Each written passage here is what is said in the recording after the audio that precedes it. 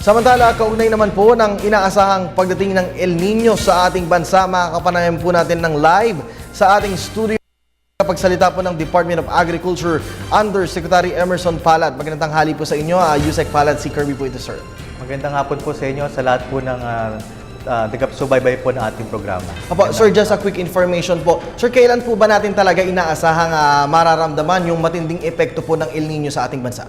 Nagkaroon po kami itong linggo lang po na ito ng briefing kasama po ang DOST Pag-asa.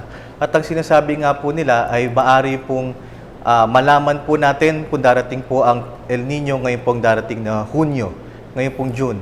So, ito naman pong magkakaroon ng epekto, maaari pong ito ay umabot sa last quarter po ng taon. At ang sabi po nila, baka mag-extend pa ito kung ito ay intense na El Nino hanggang sa first quarter po ng 2015.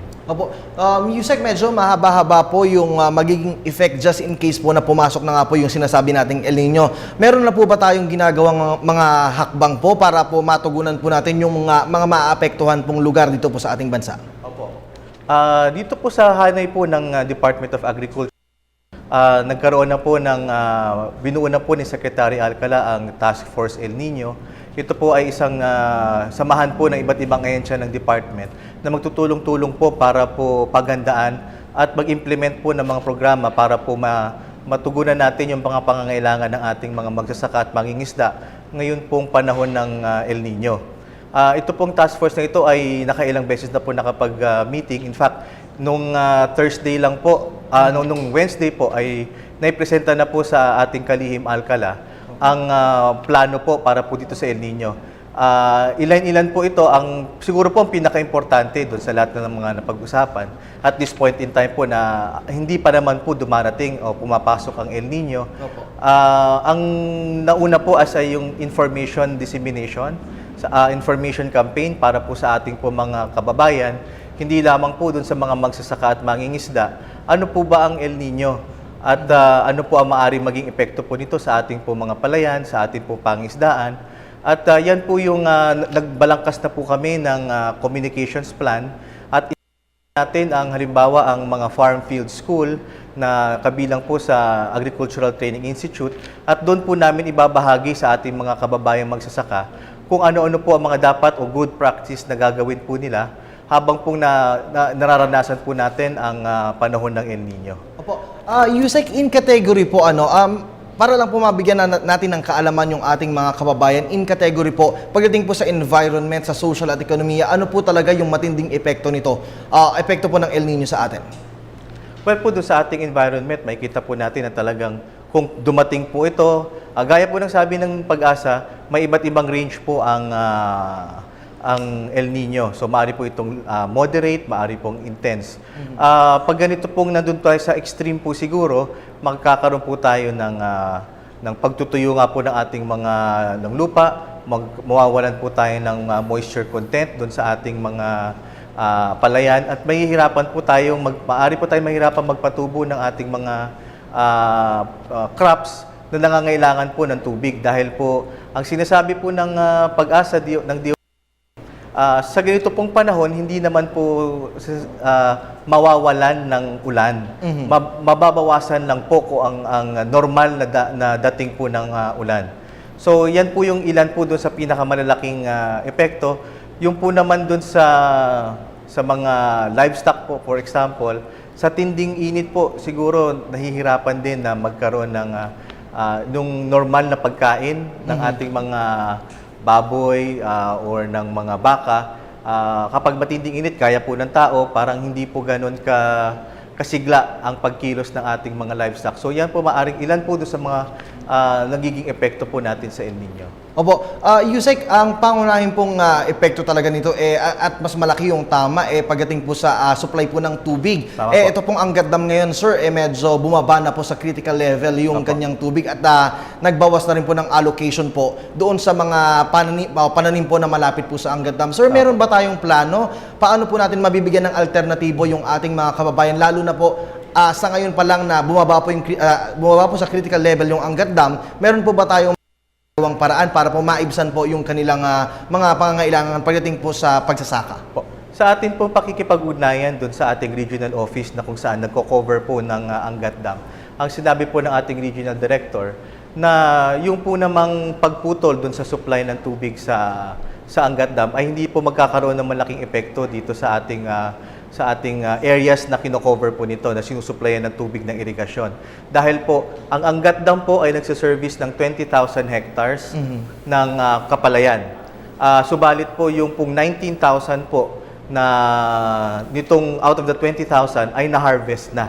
At may natitira na lang po na 1,000 hectares ng palay na standing crop na in any time po ay i-harvest na din po. Pero po doon po sa isang tributary no Angat Dam, yung pong Bustos Dam, na-ensure po tayo na tuloy pa rin po ang pag-supply ng tubig at matutuloy-tuloy po magkaroon ng magandang harvest dun sa natitira na 1,000 hectares. Opo. So, doon naman po sa kung ano naman po yung mga interventions na po pwede nating magawa para po madagdagan yung supply po natin ng tubig.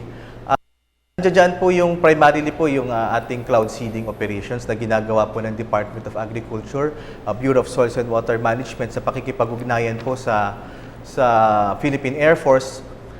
Noon pa pong Marso, as early as March, hindi na po, bago pa po actually mag-pronounce ang DOST Pag-asa na magkakaroon po tayo o posibleng tayo magkaroon ng El Nino, nagpapa-conduct na po tayo ng cloud seeding operations doon po sa areas na nakakaramdam na po ng matinding init.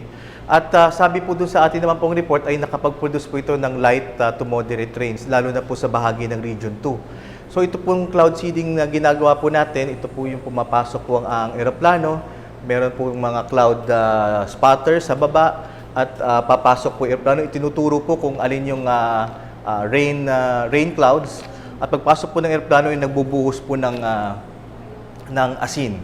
Opo. At yun po ay maaring mag-induce ng tubig. So, yan po yung isa, kung maaari ko pa pong dagdagan, nandiyan din po yung atin pong nakaposition na po ng mga small scale projects na kung saan po ito yung mga bomba po na maaaring magpasok po ng tubig sa ating mga palayan. Kasi po ang talaga pong nangangailangan ng maraming tubig ay yung mga palay. Opo. Yusek, ang pangunahing maapektuhan talaga ng El Nino ito ay yung ating pong mga sakahan. Meron po bang sa ngayon po maigi na po na manggaling po mismo sa Department of Agriculture? Sapat po ba sa ngayon ang supply ng bigas hanggat hindi pa po dumarating ang El Nino? At sakaling dumating na po ang El Nino, magiging sapat pa rin po ba ang supply po ng bigas sa ating bansa? Opo.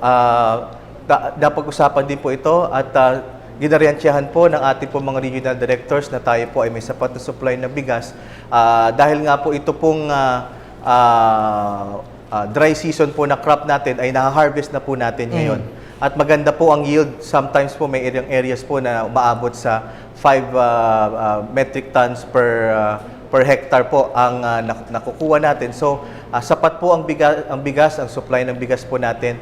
Pagdating po sa El Nino, gaya po ng nasabi nga ng Pag-asa, maaring ito po ay dumating dun sa tail end ng taon. Ito po ay nakapagsimula na rin po cropping ng wet cropping season po natin. So hindi po rin ito paaabutin ng El Nino. Ang talaga po kung sakasakali po na tayo po ay mararanasan po natin ang El Nino, maaring ito po ay dun sa third cropping season, sa mga nag-e-extend, o hanggang umabot po dun sa first quarter po na season nga ng pagtatanim. Opo. Yusek, hindi pa man po pumapasok yung El Nino, nakapagtala na po tayo ng 39.7 degree Celsius po na temperatura sa Luzon.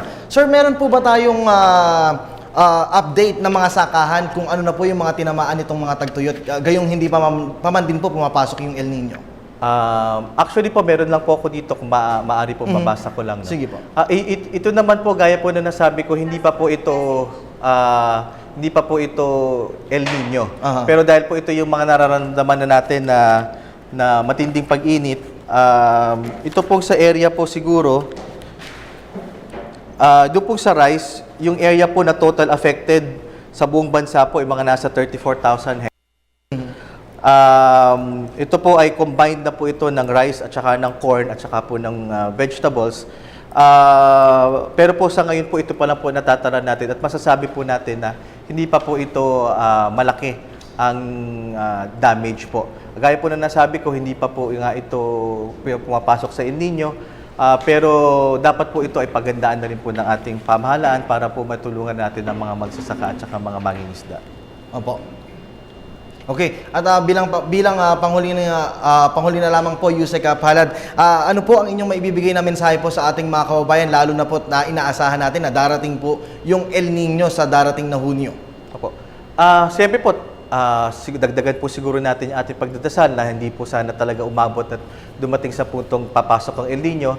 Pero sa larangan po ng sakahan, hindi po natin po pwedeng hindi ito pagandaan. Kaya po ang mensahe po siguro ng kagawaran ay tulong-tulong po talaga itong ating gagawin. Hindi lamang po ito sa mga magsasaka at mangingisda, pero sa lahat na po ng mga mamamayan na talaga pong kailangan natin magtipid. Alalahanin po natin na kapag nawalan po o nahirapan po tayo ng supply ng tubig, kakabit po din dito. Kung mahirapan po tayo mag-produce ng pagkain, tayo po lahat ang magiging apektado. So, ang importante po ay talaga po magtulong-tulungan tayo sa ganito pong panahon. Opo, sir, meron po ba tayong mga health desk or mga linya po na pwedeng matawagan ng ating mga kababayan or website po na pwedeng mapuntahan just in case na mga ilangan po yung ating mga kababayan ng tulong po ng Department of Agriculture? Hindi ko lang po kapisado yung number, pero po yung aming pong website, yung pong www.da.gov.ph, meron pong link po doon na maaari po kayo mag-iwan ng mensahe. Nandoon po yun. At saka po yung mga telephone numbers po ay nandun na po sa aming website. Alright, maraming salamat po sa mga impormasyon na ibinahagi niyo po sa amin at sa ating po mga kababayan. That was Department of Agriculture spokesperson, Undersecretary Emerson Palad.